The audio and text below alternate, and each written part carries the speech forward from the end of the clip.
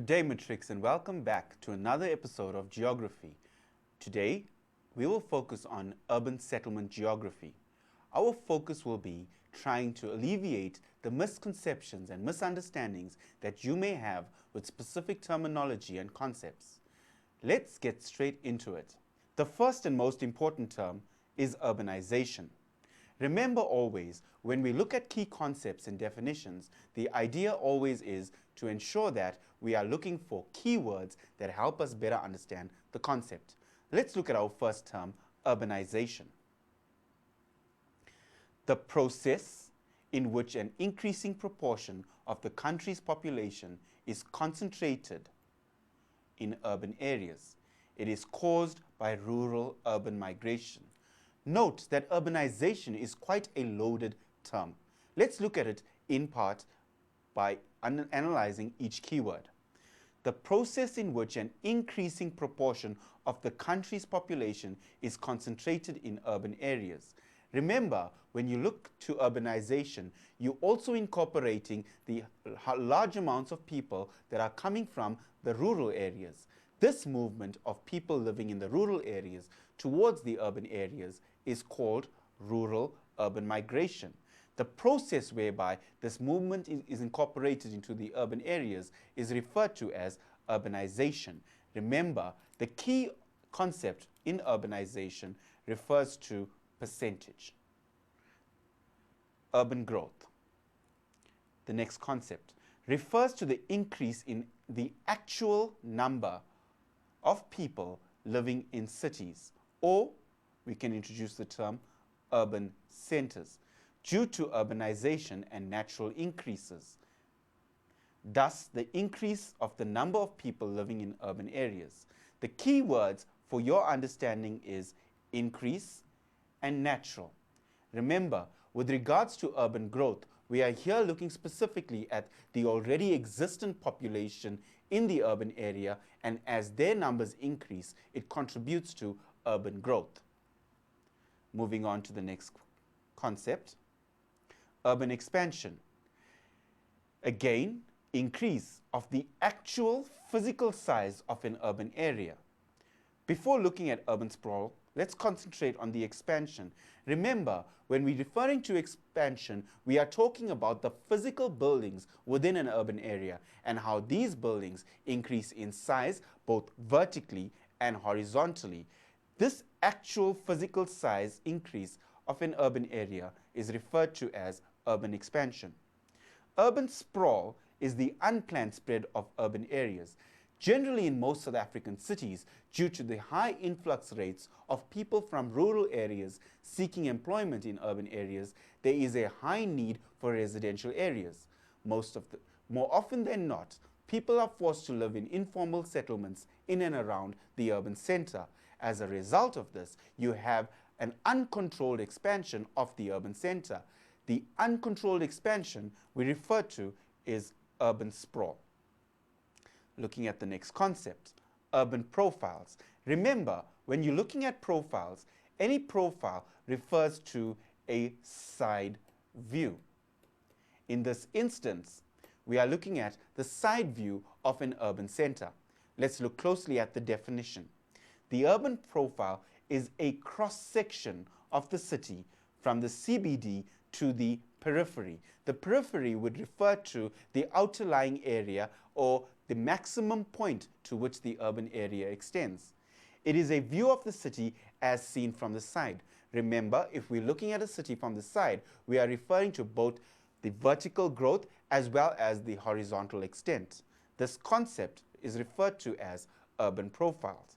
Let's look more closely at some notes associated with the content. The differences in relief are ignored. Simply, the profiles are determined by a flat surface area and do not take into account mountainous regions. While the height of the buildings is an important factor, generally in your CBD you have a situation of vertical extent buildings rather than horizontally extent buildings, and this concept is incorporated into the urban profile. In a city in the developed world, you might expect the following changes. Buildings get older towards the center. Remember, your focal point of the CBD is the center, which is regarded as the area where the tallest buildings occur. And generally, these buildings were the first buildings that occurred in the CBD of your urban center. And then generally, they are regarded as the oldest. There will be many newer buildings in the CBD. As time moves on, urban renewal occurs, which promotes the growth and development of new buildings as well as the renewal of the older buildings. Building density increases towards the center.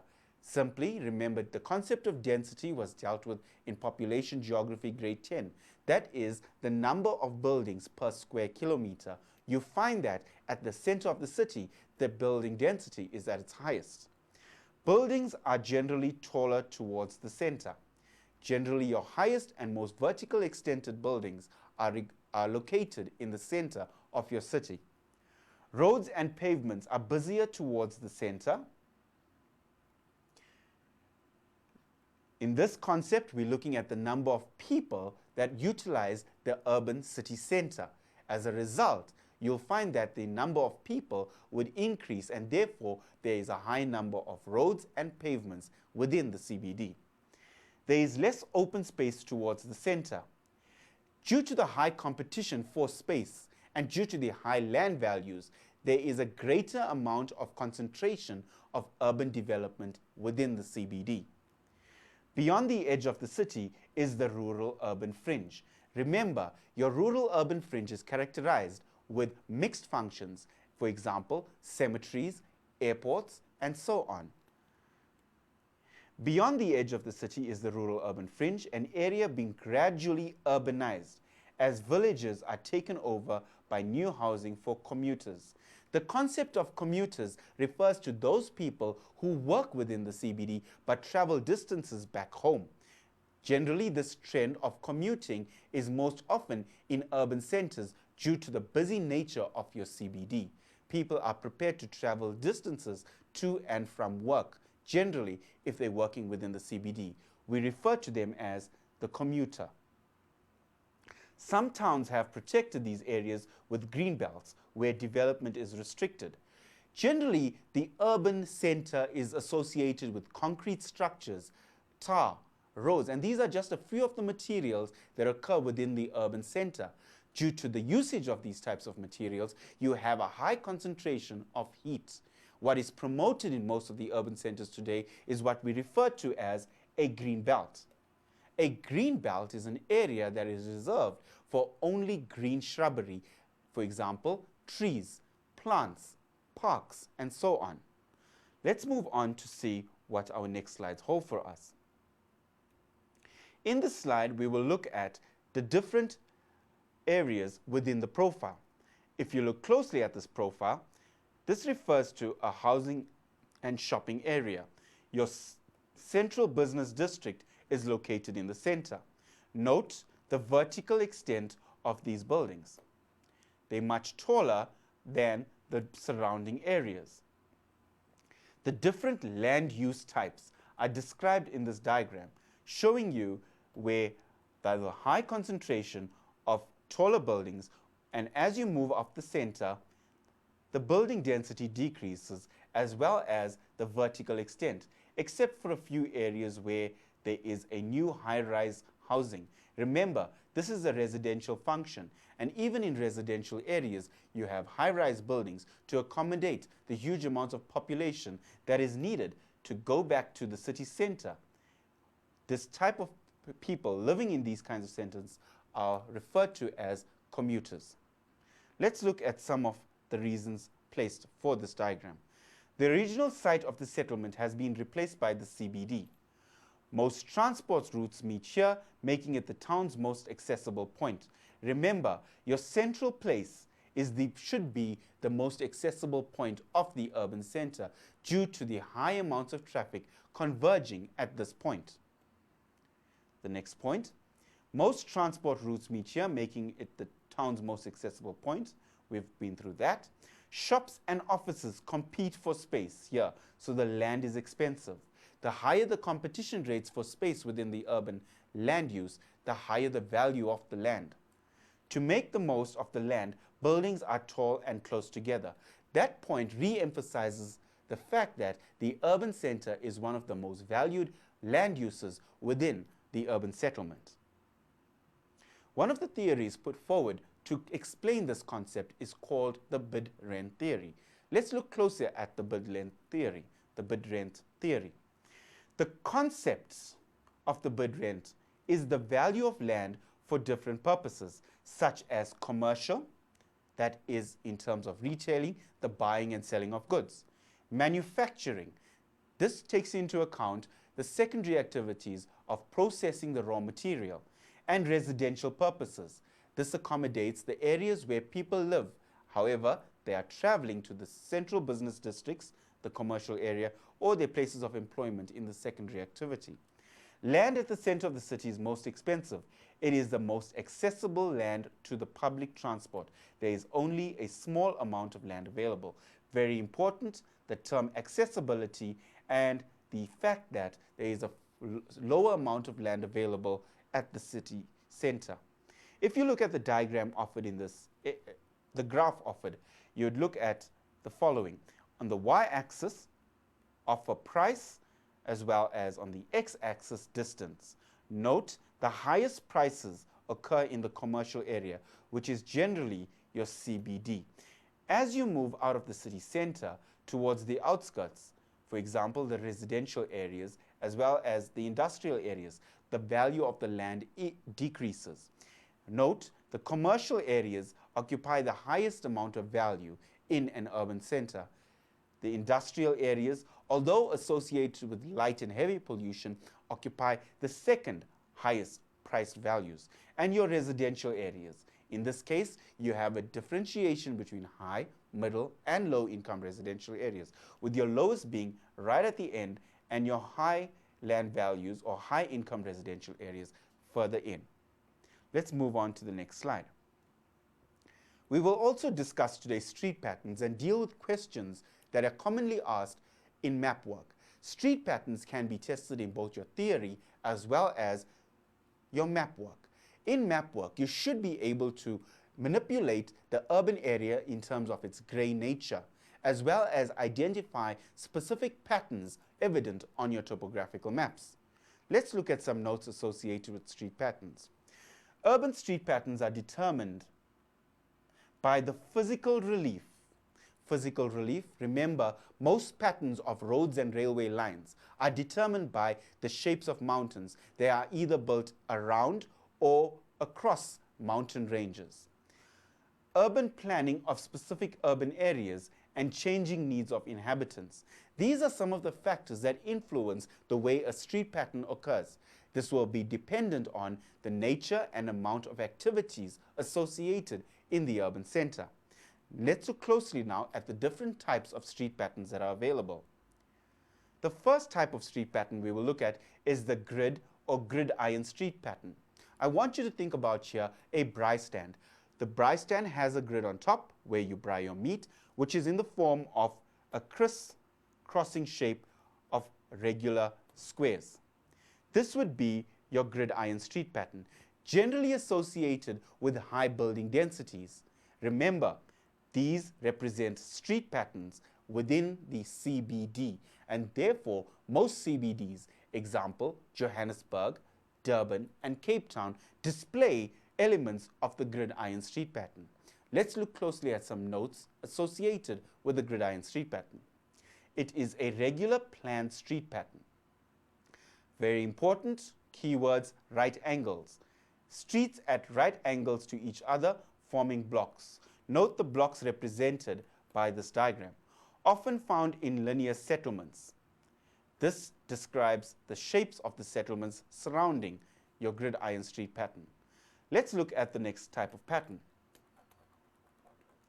The next pattern we will deal with is the radial cobweb. I'm going to draw the diagrams here so you could remember them. That represents your gridiron street pattern. Your radial, concentric, or cobweb pattern. It is a planned street pattern. Streets radiate out from a central point, a physical feature or building or other mark. Using this information, I can simply draw my diagram representing a radial pattern, where the central point becomes a building or a physical feature. In most cases, this physical feature could be monuments, and streets emanate outside from the street pattern. Note the cobweb that is associated with the spider. This would represent your street pattern. And generally, your CBD tends to form around this area referred to as a radial or cobweb pattern. The last is an irregular street pattern, and just as the name suggests, it has a distinct nature where there is no clearly identified pattern. Let's look at some notes to identify this pattern. It can be planned or unplanned. Streets often planned around physical features, example rivers, lakes, mountains, or coastlines. There are visually older cities that developed haphazardly. Here we're referring to the cities that have occurred many, many years ago. And because of poor urban planning, they still display irregular patterns. The street blocks have different sizes and shapes. Note the following. With your gridiron and radial patterns, you have a regular shape, whereas with irregular patterns, you have a more irregular shape, which means no distinct shape can be identified. Let's look at some of the advantages of these patterns. Firstly, the gridiron pattern. Plots can be easily identified, easily to plan and lay out, easy to find your way around, easy for access to pedestrians, shorter distances to travel, no wastage of land, maximum use construction. Seems like the gridiron street pattern displays more positive characteristics for most urban centers. When we're looking at the cobweb or radial pattern, there is an easier flow of traffic, equal access to the center of town. If we refer back to our diagram, you'll note that as the roads come in and converge on the center, they provide access for different points around it. If we look at our irregular pattern, it also displays an easier flow of traffic and is not monotonous. Here, when we're speaking to the monotonous, we are talking to the design displayed by the street pattern. Disadvantages that can be identified on some of the street patterns, looking closely at the gridiron, traffic congestion. And if you know Johannesburg or Cape Town or Durban, in the morning from 7:30 to 8:30, traffic is a nightmare. Therefore, these gridiron street patterns display traffic congestion. However, a solution to traffic congestion will be the installation of robots, as traffic stops at every intersection. Controlled robots promote easier flow of traffic. Again, it is identified as a monotonous design. More accidents at intersections. These are some of the disadvantages of your gridiron street pattern. With your cobweb pattern, can be congested in the center and wasted space. With your irregular pattern, easy to get lost, direction can be more difficult. And here are some representations in the forms of diagrams to help you better understand the notes. In a gridiron street pattern, remember it is a regular shape with these blocks representing buildings surrounding the roads. In your cobweb pattern, remember a physical feature or building dominates this pattern. All roads and railways are extended outwards from the center. Note your irregular pattern. There is no distinct shape or form on this pattern. Moving on to the next slide. Let's now look closely at some of the factors influencing the location of urban land use zones. Some of the factors identified are your centripetal forces, your centrifugal forces, and land values. These three factors will be closely looked at now in order to understand some of the factors that influence how we locate different buildings within the city center. Firstly, your centripetal forces. These are forces that tend to keep certain functions in the city center and attract others to it. The key concept, certain functions and attraction. Note the diagram to explain. Your accessibility, your magnetism, your prestige, and your convenience. All these factors are regarded as centripetal forces. Centripetal forces, those factors that influence the location of certain functions as well as buildings into the city center. For example, you'll find that in a city like Johannesburg, most of your financial houses and financial institutions are located in the same area. This is called functional convenience. It is an example of centripetal forces. Looking at the next concept, centrifugal forces. Note the difference centrifugal forces has. These factors cause functions to move from the city center to the urban periphery or the maximum point of the urban center. Note the directional arrows now are suggesting that movement is outside the city center. The factors associated with your centrifugal forces is traffic congestion, the high rates of pollution, the lack of suitable sites, high rent,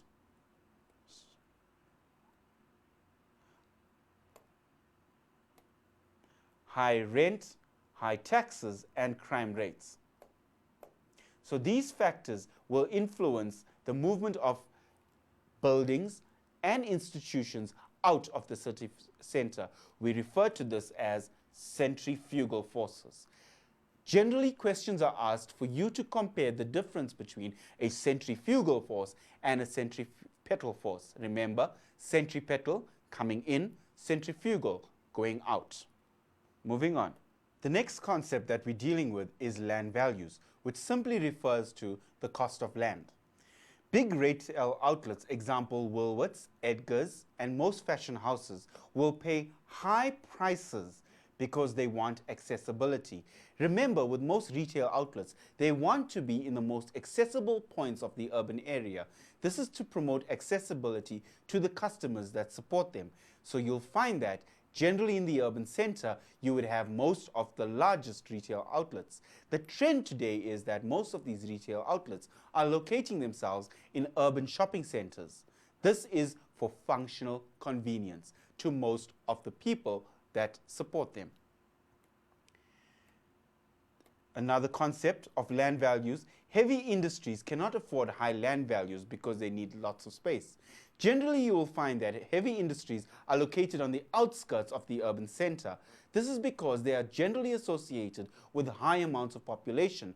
Therefore, their land values are much lower and therefore outside the urban center. The concept of compatibility. Some functions are able to benefit each other, which makes them compatible. Remember, we need to ensure that when we locate certain functions in the urban center, they have to be compatible with each other. Let's look closely at this. Compatible functions, example, retail outlets and financial institutions. Generally, you'll find that most retail outlets are located near banking malls and banking areas. This is to ensure the quick movement of the buying and selling of goods and the profits thereof into financial institutions. Incompatible functions, these are functions that do not agree with each other. Example, industry and high-income residential areas. Simply put, a heavy industrial area cannot be located near a high-income area due to the high amounts of pollution that emanate from these heavy industrial areas. Accessibility, and this is one of the concepts you should be really concentrating on to understand. For retail outlets, accessibility to customers is a most important factor influencing location. Note, there is a relationship between the term location and accessibility. Customers must be able to get to shops easily. Remember, the CBD should be the most accessible part of the city as all the main transport routes converge in this area. Very important, your CBD is regarded as the most important point for accessibility due to the convergence of different types of transport. Example, road and railway. Moving on to the next concepts. Gentrification. The term gentrification occurs as housing deteriorates and it moves downwards through the social groups. Generally within your urban center, and especially closest to the city center, you have a situation of the older buildings not being renovated or renewed. As a result, refers to an invasive quality whereby people occupy these houses illegally. There are areas around each and every city center where gentrification occurs. Gentrification simply describes the housing situation that results as a result of non-renewal or renovation of the older buildings. Generally, these are occupied by landlords who refuse to renovate them due to the illegal occupation. Moving further on, filtering, our next concept. It is a reverse process of gentrification as the middle income groups upgrade older city properties by renovating them. So we're dealing with two concepts opposite each other. Firstly, remember, gentrification refers to the deterioration. It is a word describing the types of housing that are not renewed or renovated. When it comes to the renovation or renewal of these houses, we refer to it as filtering. If you look in and around your major city centers, you will be able to clearly see the difference between gentrification and filtering. Recently, there's been huge attempts by government to ensure that filtering occurs in order to improve the quality and value of housing in and around the city center. Invasion or succession, again describing processes within the city center. As the city grows and spreads out, the urban functions will invade and take over the rural functions. Again, remember, the outermost point of your urban center is referred to as the rural urban fringe. Once this area starts being invaded in terms of retail outlets, example shopping centers, and urban functions, we refer to it as invasion or succession. Simply put, it is the invasion of the urban area into the rural area. Another process which is changing the character of residential areas in South Africa is Gulf estates and security living. Most people today find it more secure to live in Gulf estates or security-bound areas.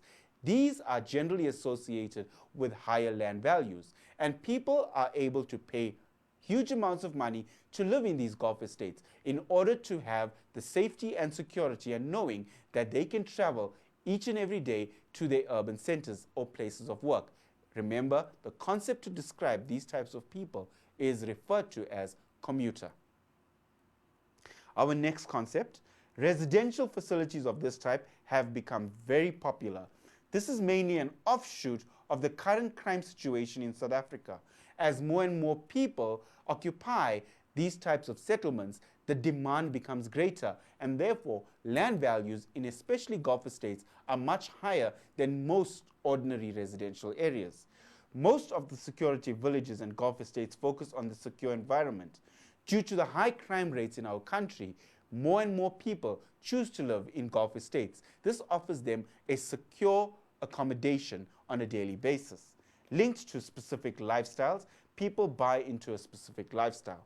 I think that adequately covers this area of concern.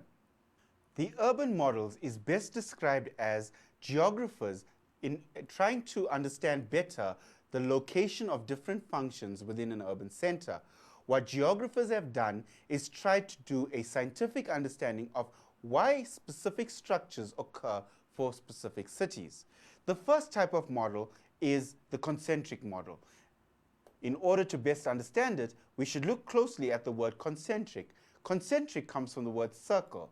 So this best describes a city which is represented by a circular pattern. Let's look closely at this theory. This model was based upon the studies of American cities, particularly on Chicago in the 1920s. It has a central business districts at its center. This zone is mainly made up of shops and offices. Remember, this concept of shops and offices will always be linked to the central business district.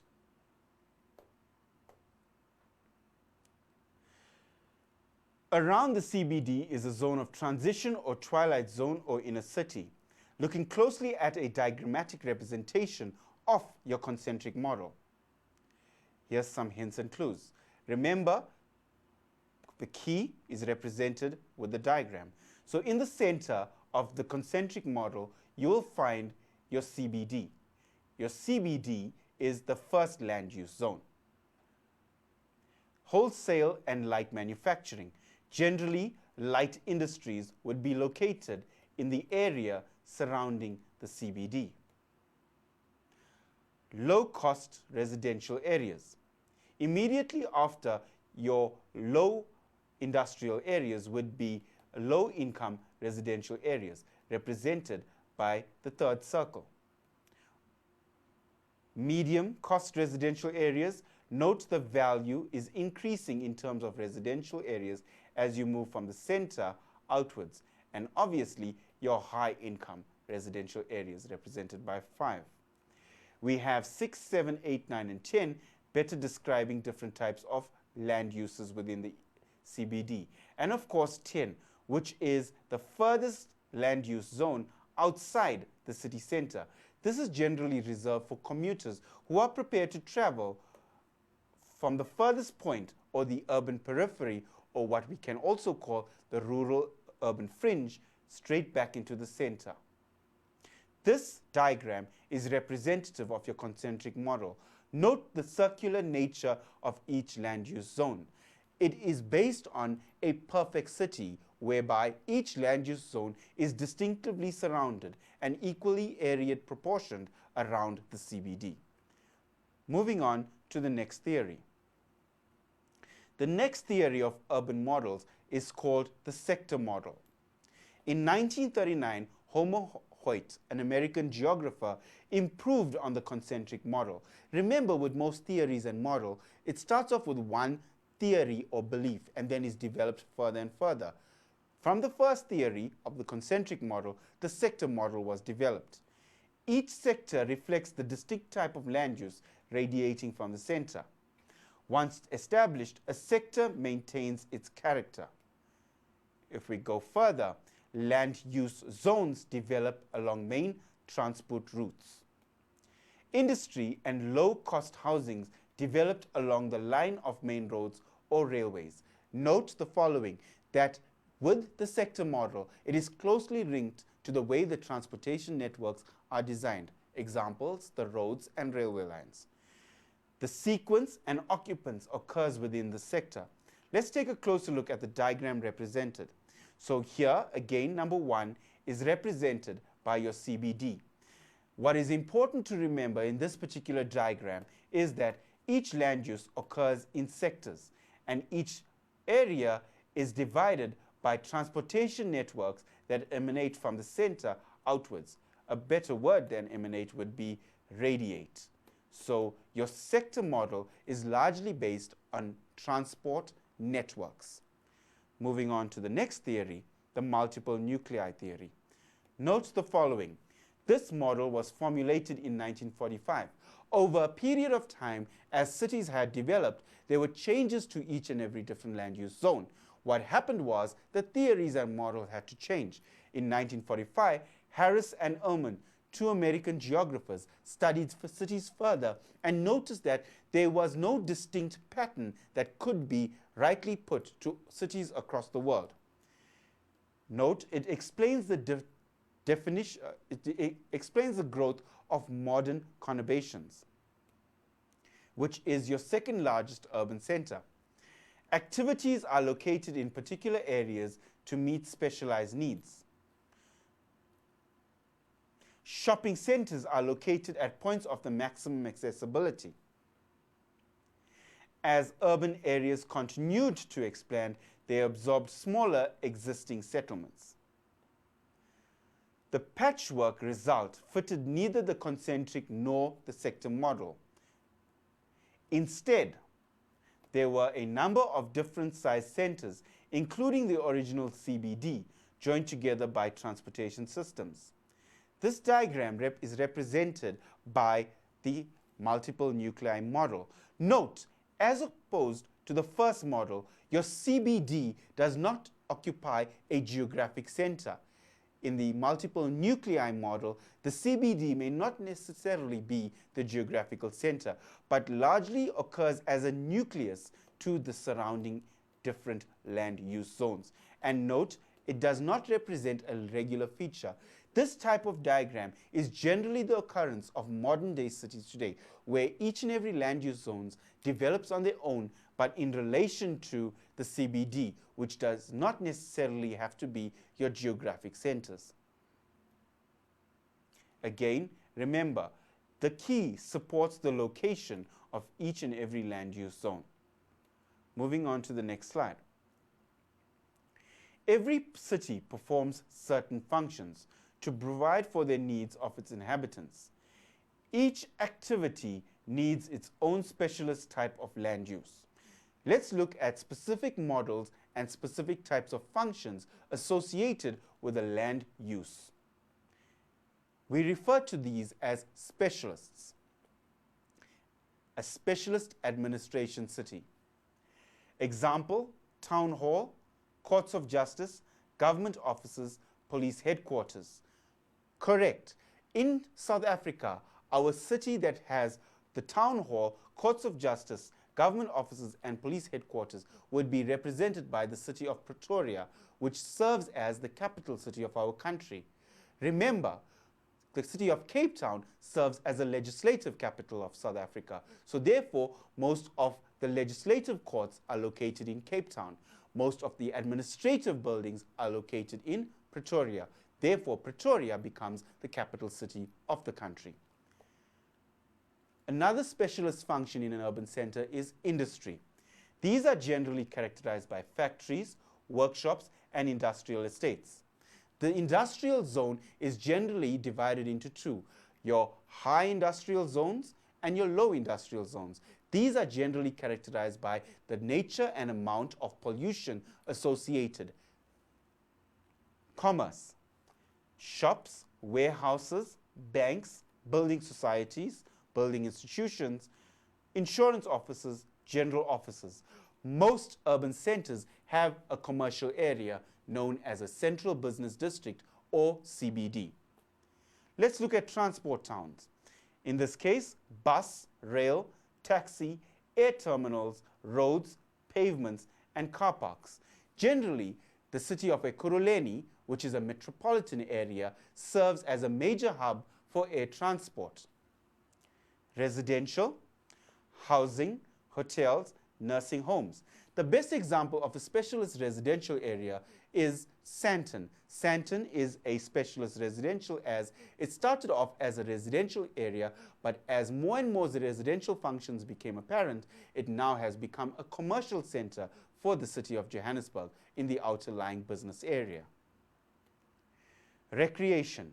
Most urban centers should have a recreation area. These are spaces regarded for leisure, parks, playing fields, theaters, cinemas, and clubs. Generally, your recreation can be associated with entertainment. Moving on, social services.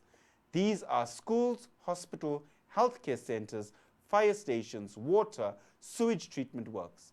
What we have discussed is an example of the various different types of functions associated with an urban center. In order for an urban center to be classified as an urban center, these are the functions that are necessary to be associated with this type of settlement. Moving on to more further notes, as towns grow, the different functions that they perform tend to separate out into different areas, a key component of South African cities. For example, industries may group together along a riverside or railway to form an industrial zone. The best example of an industrial zone is the Sasolburg area in the Free State, which is largely a manufacturing area. Also, it has the former ISCO, which is now ArcelorMittal, which is a steel and manufacturing zone. As a result, it is possible to recognize functional zones within every town, which are characterized by distinctive types of land use. Remember, key aspects to remember here is that functional zones, distinctive types. Let's move on. To simplify and explain the complex pattern of land use zones in settlements, a number of models have been developed. The three main models are the concentric model, sector model, and multiple nuclei model. It is worth noting the following, that after various studies by geographers, there is no clear-cut evidence to suggest that a city develops in a certain way. What the theories help us understand is that there is commonalities in terms of the different types of land use associated with your urban centers. I hope this provides an overview and adequate understanding of the urban models. Let's move on to the next slide. Very important in understanding any urban center is the problems associated with issues and problems in an urban area. Urban problems are becoming more challenging and demanding for urban planners. Take into account the city that is closest to you, either the city of Cape Town, Durban, or Johannesburg. These cities are generally growing much faster, and huge populations are required to be supported by city administrators. With the rapid increase in population and expanding of land use zones, especially the CBD, urban areas experience greater demands for infrastructure.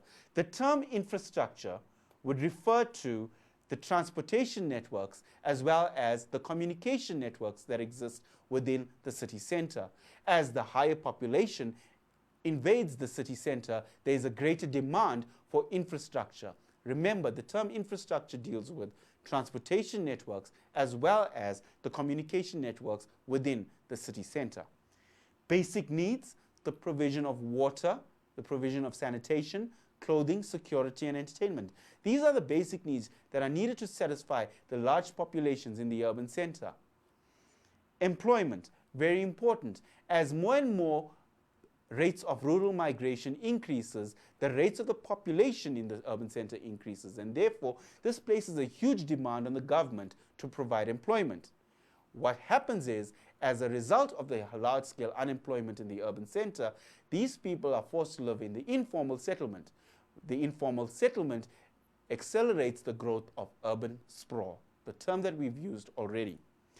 Urban problems are on the increase because of rapid urbanization. Remember, urbanization is a process whereby the percentage of people living in the urban area increases. Urbanization is largely influenced by rural-urban migration. This causes undue stress and pressure on municipalities to provide for the huge populations. The CBD is a heat island and also associated with urban decay. As a result of the high populations, city administrators are forced to provide services, but these services cannot cater for the entire population. As a result, urban decay occurs, which leads to the deterioration of buildings. Urban heat island refers to the large amounts of heat generated due to the artificial processes that exist within a city as opposed to the rural areas. Let's look closely now at the overcrowding and informal settlements within an urban center. Overcrowding is a major problem for most urban areas. Cities cannot keep up with the demand for housing and infrastructure, a current problem in our country. And so informal settlements are erected to accommodate people from the rural areas and immigrants from bordering states of South Africa. Currently, our major cities are influxed by various different types of migration, both internal migration as well as external migration. These can be referred to as immigration, where people from other countries come into our city center. What is important for you to understand is that this leads to overcrowding and the rapid increase in informal settlement. Currently, city administrators are trying to ensure that informal settlements are serviced with basic needs. However, due to the rapid growth, this becomes a huge impact on our budgetary allocations for the municipalities. The lack of basic services and poverty. The increasing demand for services and infrastructure is greatest in informal settlements. What you should be relating to here is that there is large-scale unemployment in the informal sector. And generally, when services are provided, these cannot be paid for. So the government is forced to provide these services free of charge. And remember, when it comes to basic needs, the realities of basic needs is that every person in our country has a right to his basic needs to be supported. And this is where poverty is also the greatest problem in our country. So with informal settlements and the huge increases in population comes unemployment. With unemployment, The related factor would be poverty. Basic services include housing, healthcare facilities, educational facilities, sanitation, clean drinking water, and electricity. Currently, there is pressure on the government to provide for these basic services. But whilst rural-urban migration is on the increase, the numbers of people cannot be supported as the government tries to allocate more and more budgets for the provision of these basic services. Remember, the concept of infrastructure will refer to roads, power lines, and communication networks. People need infrastructure to access services and function offered by the city. Remember, when people are leaving the rural areas, they're coming in search of a better lifestyle and a better provision of basic services. When they come to the cities and these services cannot be provided, they are forced to live in informal settlements. Let's look now closely at the CBD as an heat island. Urban decay. When the city or parts of it fall into a state of disrepair, some of the characteristics of urban decay are, and this is generally associated again with the increasing population: slums, increasing crime rates, pollution, environmental degradation. This is a deterioration or destruction of the environment. Inner city buildings being abandoned. Generally, landlords tend to abandon these buildings due to the inability of people to pay for the land. Moving on to the next slide. Centralization and urban sprawl. Let's look closely at these two concepts. Centralization is the high concentration of functions and people in a specific area. This is generally your CBD. Urban sprawl usually occurs on the fringe of the urban area. Remember, the concept of urban sprawl refers to the uncontrolled expansion of the urban center. South African cities are characterized by low-density urban sprawl. This means simply low-density urban sprawl, a factor of informal settlements. Some of the major consequences of urban sprawl are valuable agricultural land. This results in fertile soil being lost due to the urban centers expanding outwards.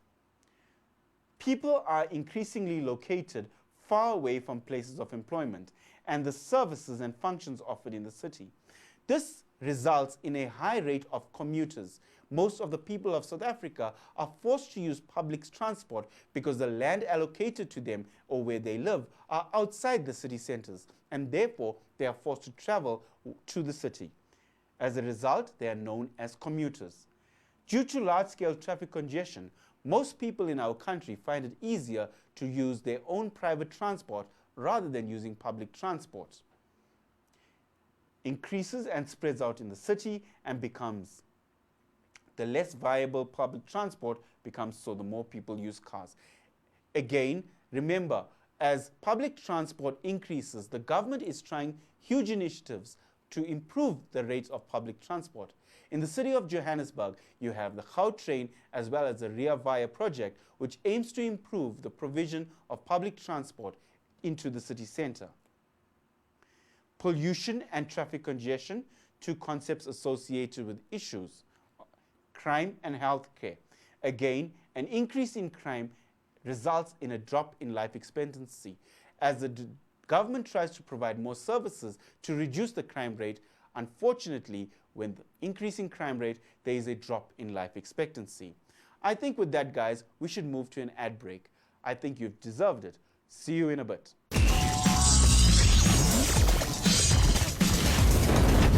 Hi, geographers, and welcome back from that ad break. I hope you've had a good rest and are ready to go.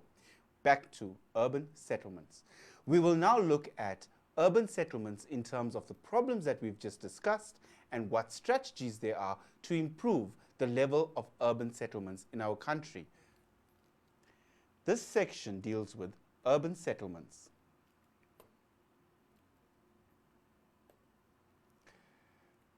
We will start by identifying the problem and look at the strategies that have been designed in order to improve the urban settlement.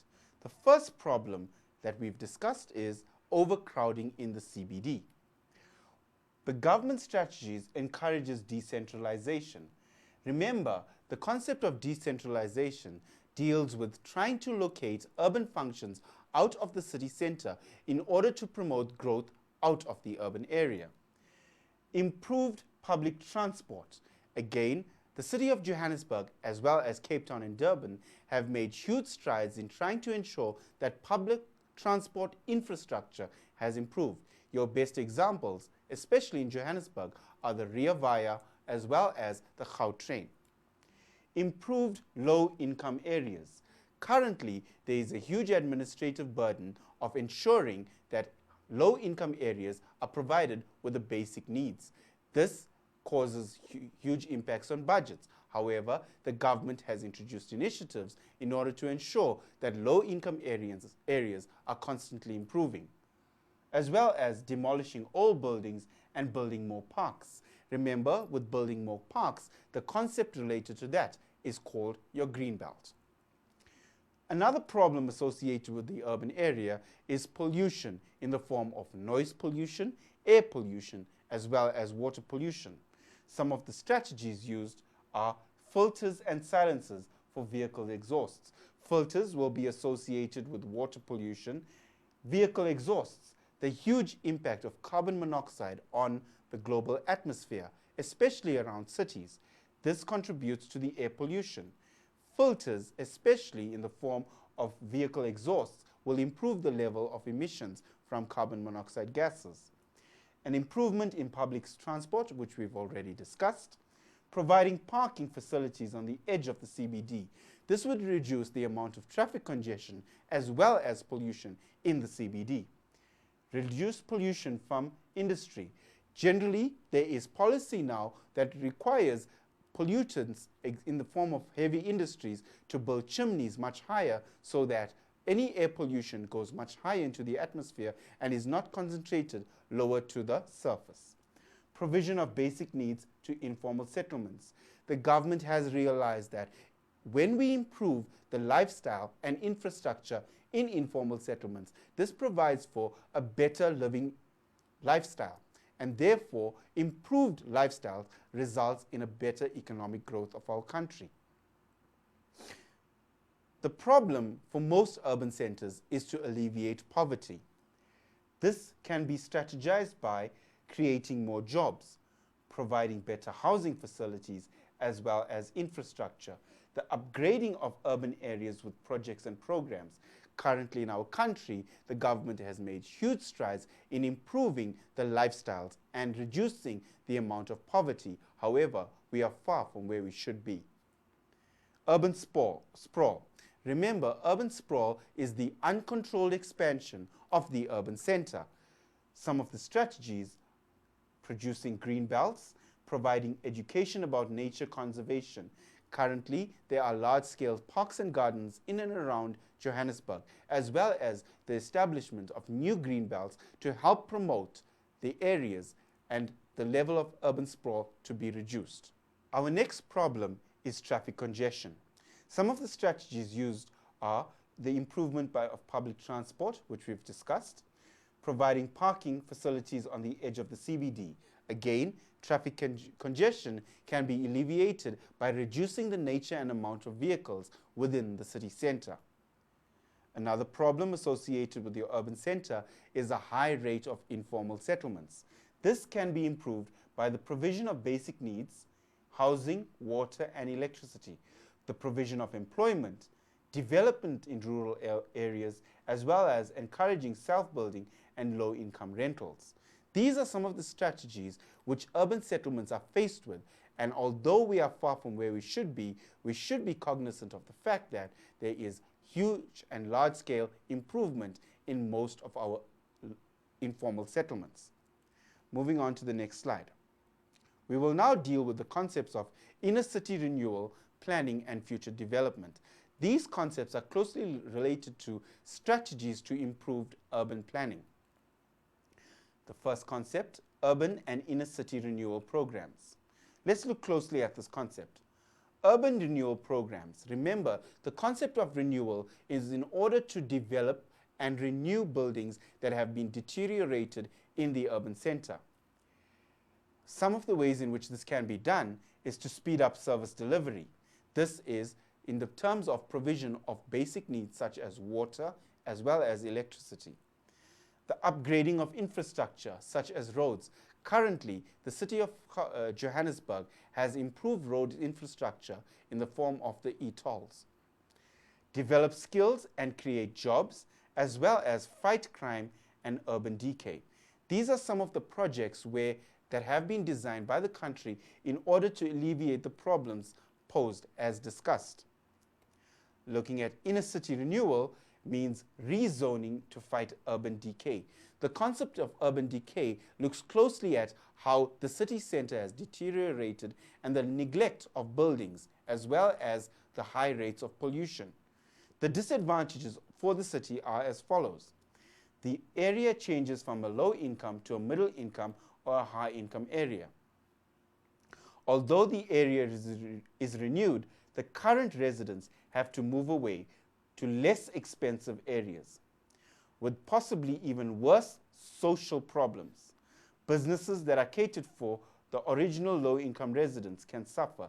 Simply put, as the initiatives occur, what happens is those who are living there are not as economically active as they should be and are forced to live in more poorer areas. Planning urban settlements for the future. Generally, the initiatives are that our urban centers become more sustainable. These are some of the ways in which sustainable urban centers are developing. A garden city is an urban area that is planned and for which there are strict rules about development and maintaining the environment. These restrictions are in the form of a policy guarding the development of new urban centers, which promotes sustainable development of urban centers. Planned urban areas should take into account people's basic needs.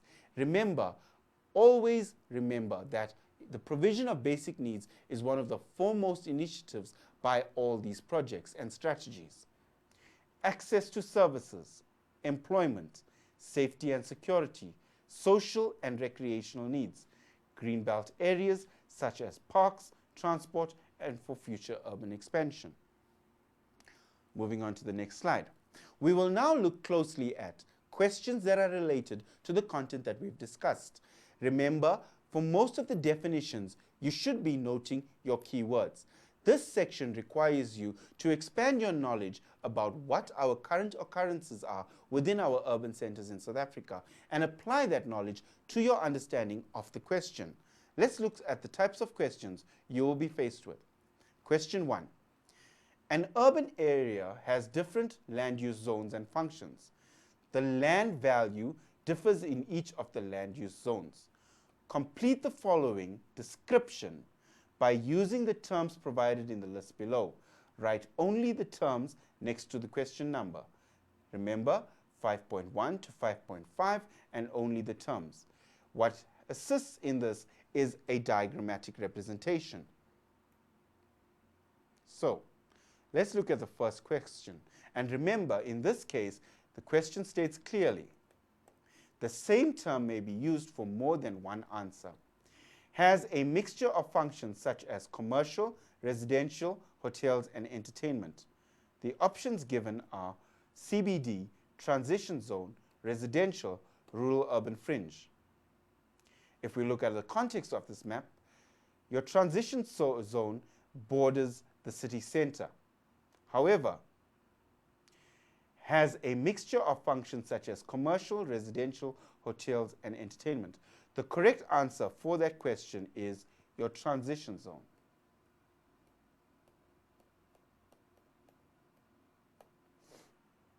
Moving on. Commercial zone characterized by higher order functions. This has to be your CBD, which is characterized by the diagram number 1. So the correct answer for 1.2 is CBD. Land use zones that covers the largest area in an urban settlement. Remember, it is always your residential area. characterized by area 3, which occupies the largest portion of your urban center. So 1.3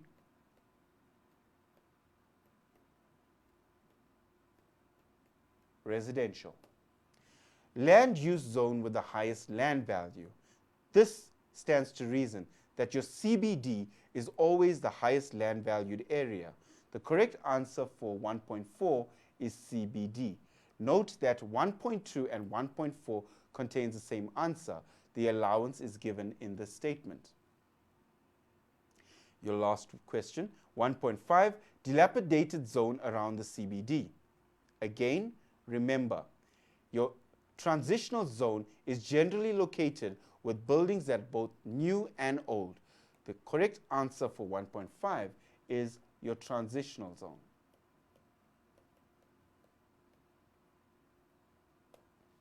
Moving on to the next question. Question 2. The photograph shows a building in the CBD of Johannesburg. Answer the questions that follow. Note this diagram is depicted by a high building density. There is also a vertical expansion of the city, clearly evident by the tall buildings. The diagram refers you to building A, which may not necessarily be the tallest building, but is also located within the central area. The questions. The street pattern in the CBD of Johannesburg is in the form of a grid or gridiron. Provide a suitable term to describe this type of pattern and briefly explain the effect of the street pattern on the buildings in the CBD. This requires a two-part answer. Your correct answer is gridiron pattern. The question requires you to look at the effect of the gridiron pattern in terms of buildings in the CBD. Remember, your gridiron pattern represents crisscrosses with irregular shaped blocks. As a result of this shape, you should note that this results in a vertical expansion of the CBD. Simply, taller buildings. Moving on to the next question. Again, referring to the diagram, building A. The building identified by label A is a residential block of flats that also includes certain floors reserved for office space, retail outlets within the CBD. Arrange the following from the lowest to the highest rent and give a reason in each case. If we look at building A, which is located at the center, you'll note the following, that the question is referring you those occupancies at the basement, those at the center of the building, and those at the top. If we look at the top floor, the middle floor, and the ground floor, you should note the following. In most CBDs, the ground floors are generally reserved for retail outlets. This provides for greater accessibility to pedestrians within the CBD. Therefore, your ground floor would require the highest rent. The middle floor is generally located for office space.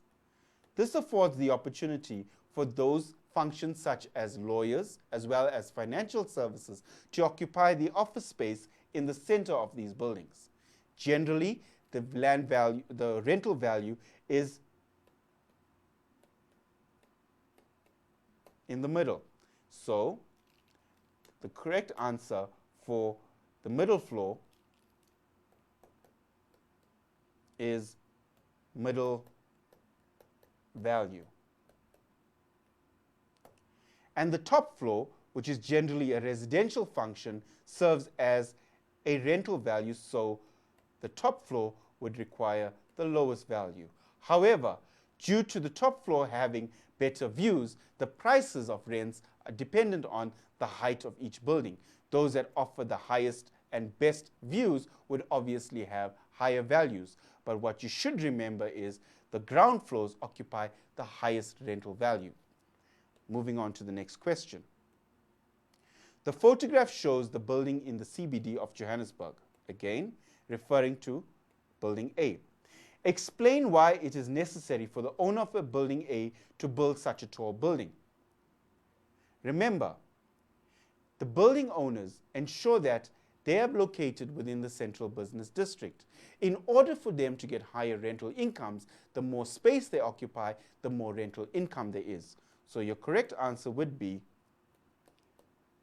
the rental income is dependent on the number of floors in the building. What you should know is taller buildings secure more rental, and therefore landowners prefer to go vertically and build taller buildings in order to secure better rental income. Moving on to the next question. As the CBD becomes increasingly overcrowded and congested, many businesses will move to cheaper, more attractive locations in the suburbs. What effect will this have on rents charged for office space in building A? Remember, as buildings become more overcrowded in the city center, for example, in our city centers today, as more and more people migrate to the urban centers, more and more businesses tend to migrate out of the city center. As a result, this forces the rental incomes to be lowered. What effect will this have on rents charged for office space to building A? Remember, it decreases. Explain your answer. More retail outlets migrate out of the city center. As well as those with a residential function, people find more security out of the city center. And remember also, for those living in the middle, office parks in residential areas are generally providing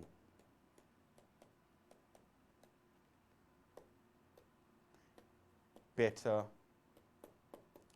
safety and security. Let's go over those answers again. Remember, what effect will this have on rents charged for office space in building A? As a result of the congestion as well as the overcrowding, the office rentals will decrease. The question requires you to explain your answer. More retail outlets migrate out of the city center. For example, most retail outlets are now finding it more convenient to locate in shopping malls. For example, your major fashion houses find it more convenient and accessible to be in shopping malls rather than in the city center. People find more security out of the city center, especially with regards to residential areas. As a result, there are more suburbs being created as people move out of the city center into these residential suburbs. The creation of office parks, generally more security in office parks which are located now in residential areas, provide for cheaper rates than the city center. Moving on to the next question. We move now on to question 3. Note the following. This is an aerial photograph below which shows informal housing in a section of Cape Town. This is an example of a GIS, which is remote sensing.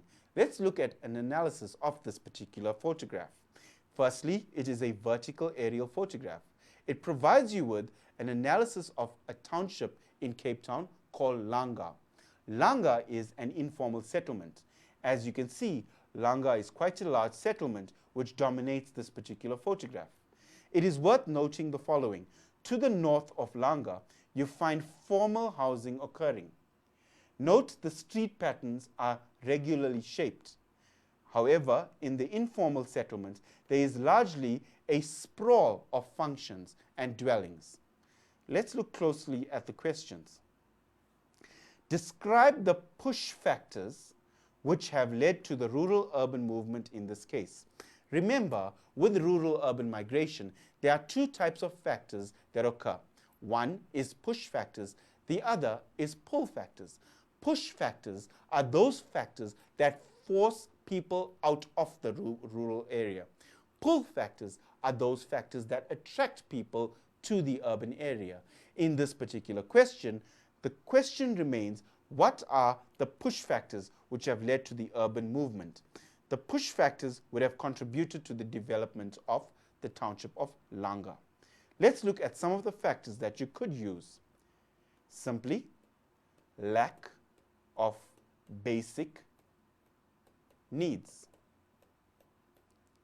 Example, water. Remember, the ability of the provision of water in an urban settlement is much higher than a rural settlement.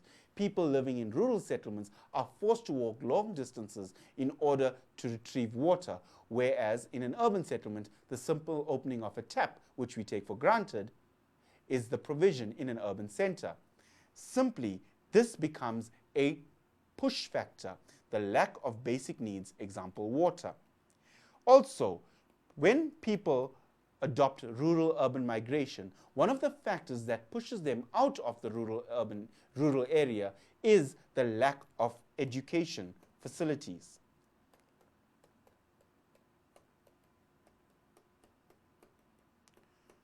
We find that in especially rural areas, there are schools that are quite a distance from most of the people that live in a rural area. However, in the urban centers, there are more schools provided, and obviously there are better educational facilities that are available in the rural area, in the urban area. Therefore, the push factor is the lack of educational facilities in the rural areas. One more factor would be lack of employment.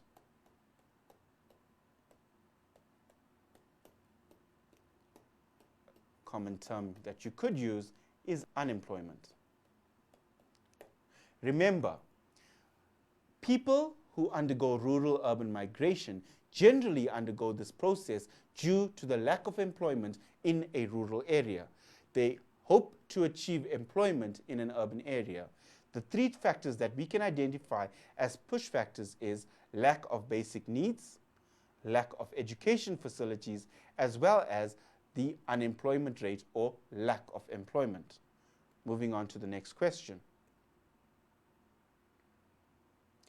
Name 5 socio-economic problems that the inhabitants of informal settlements shown in the photograph experience. Remember, the description represented is Langa, but the common occurrence would occur for most informal settlements in and around the CBD. We are required to identify 5 socio-economic problems. These could be the high rate of crime, high rates of poverty, unemployment,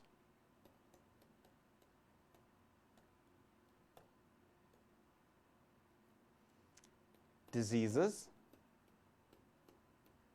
as well as poor education. Remember, upon undergoing the process of rural-urban migration, it is hoped that people's lifestyles would improve. However, upon coming to the urban center, most people find that it is quite difficult to secure employment, and therefore education facilities as well as employment facilities are reduced. Some of the socioeconomic factors that you should be looking at are the high rate of crime, the high rate of poverty, unemployment, diseases, as well as poor education. Closely linked to this diseases is lack of health care, as most people cannot afford the provision of better healthcare facilities. Poor education means overcrowded schools.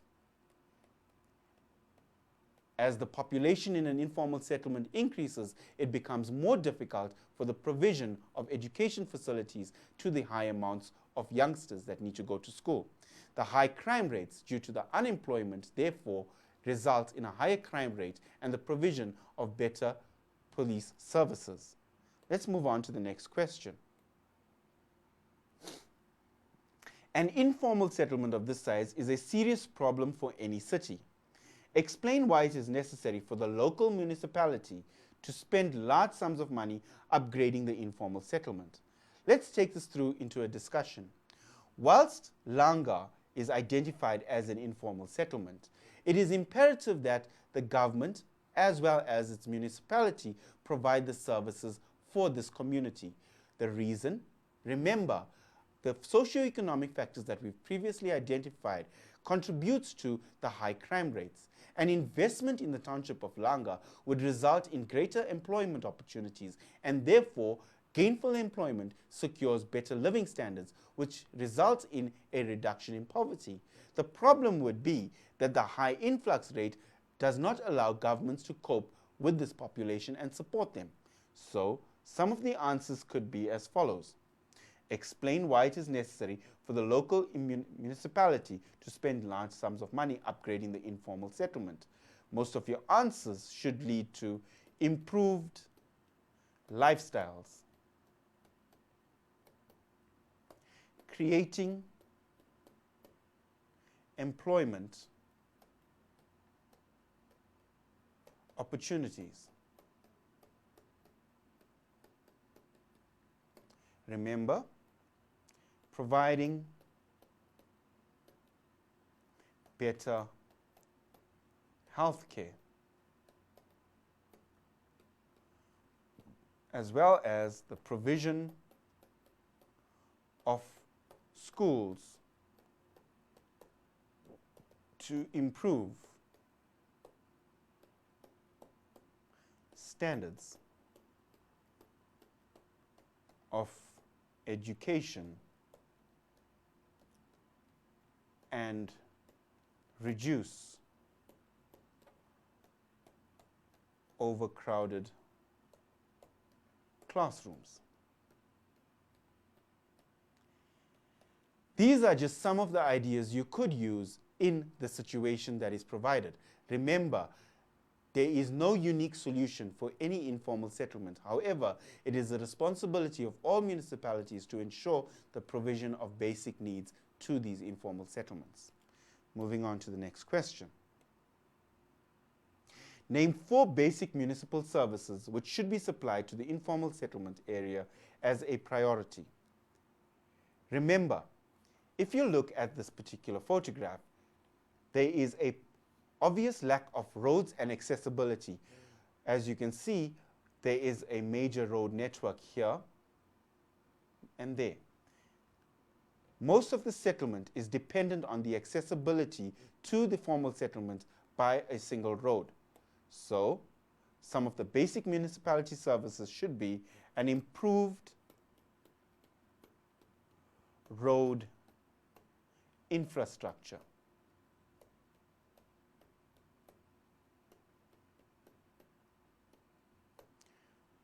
improved water supply.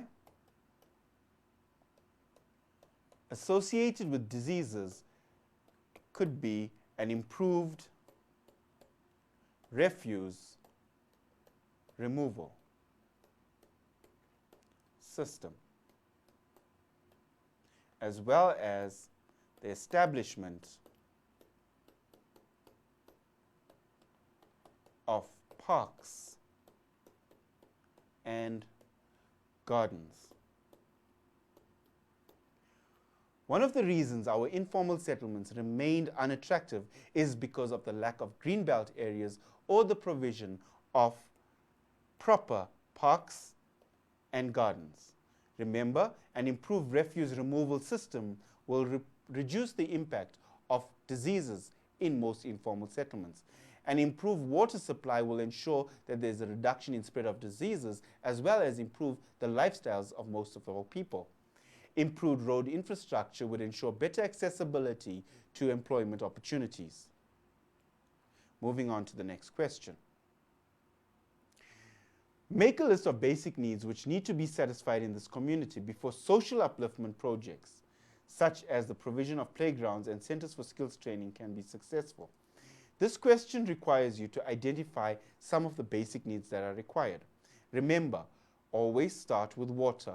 Water is one of the basic needs that needs to be satisfied for all our people of our country.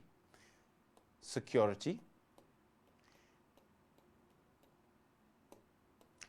housing, and although it's informal housing, we should include the fact that it should be formal housing. These are the brick structures that are required. Let's move in further. Remember, the question requires you to answer for 6. We've got water, security, housing, social, which is entertainment,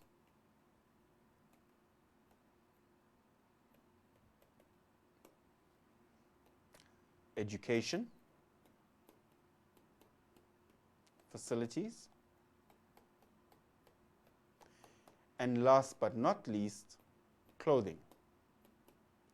Currently, there are initiatives by our government to provide basic clothing for school-going children in most informal settlements. So, our 6 are water, security, formal housing, entertainment in the form of various different activities, example, sports, education facilities, the provision of better schooling, as well as school buildings that reduce overcrowding, and clothing, the provision of clothing, especially school clothing, for our school-going children.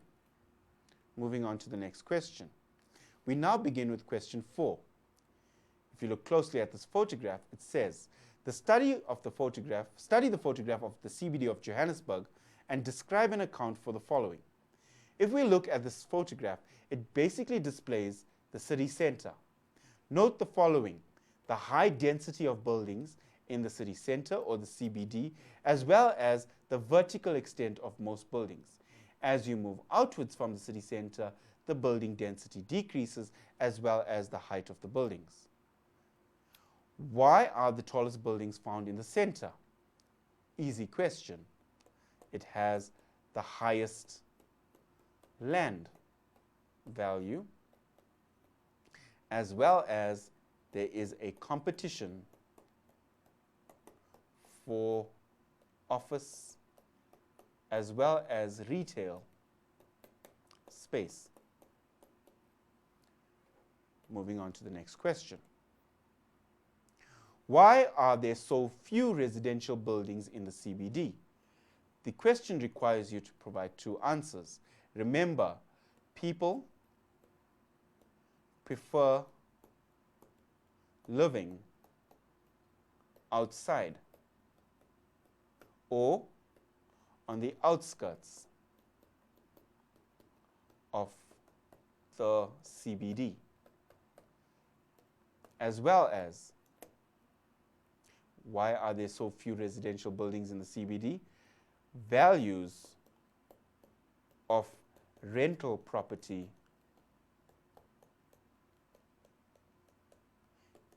in the CBD is much higher. These are some of the possible answers that you could include for this type of question. Moving on to the next question. Retail occurs on a large scale in the CBD. What is meant by the term retailing? Simply, the buying and selling of goods and services. And that would afford you the 2 marks. Moving on. Give a reason why most of the retail shops occur on the ground and first floors of buildings. And we've referred to this before. Remember, the key concept here is accessibility. Most of your retail outlets occur on the ground or first floors of buildings due to the accessibility. This concept needs to be remembered as it is a key word as well as a key concept that describes this particular answer. So remember, your retail shops on the ground floor because of accessibility. Let's move on to the next question. The following graph indicates the land use values of land use zones. Copy the graph and indicate the location of the following. What this question requires you to do is, using the graph, locate the different land use zones. Let's look closely at the graph. Remember, from the center going up, the land values are increasing, and from the center going out, the distance is also increasing. The highest land value is located at this point, whereas the lowest land value is located at this point. The city center is at this point. The furthest point of the city is at that point. Therefore, let's look at our land use zones. The CBD, the inner city, the neighborhood shopping center, outer suburbs, as well as heavy industries. It stands to reason that the CBD would occupy the highest land value. Closely linked to the CBD would be the inner city, represented by the letter B. Remember, the CBD is A. The neighborhood shopping center, outer suburbs. Remember, it's first your outer suburbs, represented by the letter D, and closely linked to the outer suburbs would be your shopping centers.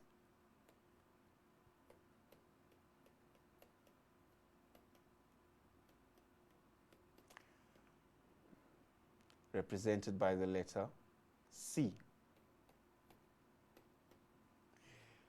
The furthest point would be your heavy industry, which is furthest from the city, represented by the letter HI. Moving on to the next question. Give reasons for your choice of location of heavy industries in 4.2.1. Remember, our heavy industry was located at the furthest point of this diagram. So, 1, associated with pollution. 2, needs large tracts of land to perform its function, which is industrial. Further, does not require to be in the central business district, as well as secures employment from rural areas. Let's look at those answers again.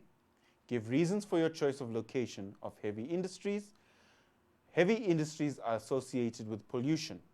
So therefore, they have to be located furthest from the residential as well as CBD.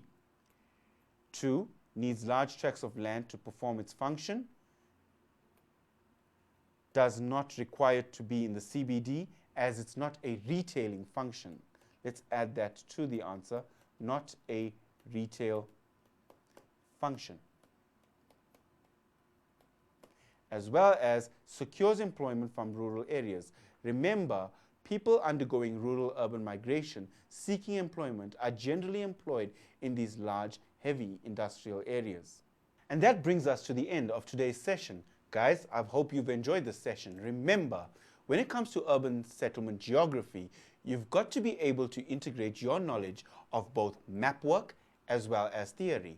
Simple identification of urban settlements on a topographic map would help you to better understand how urban settlements are created, especially in terms of land use zones, urban street patterns, as well as urban land use. These concepts are crucial in order for you to better understand and answer the questions that are set. There is no substitute for good studying. Remember, when you are studying, tabulated as well as mind maps help you better understand and remember the content that is being taught. Also remember, there is no substitute for identifying keywords in each definition, and once you've identified these keywords, master them so that they make your definitions and concepts more understandable. Guys, good luck in your exams. Please do well.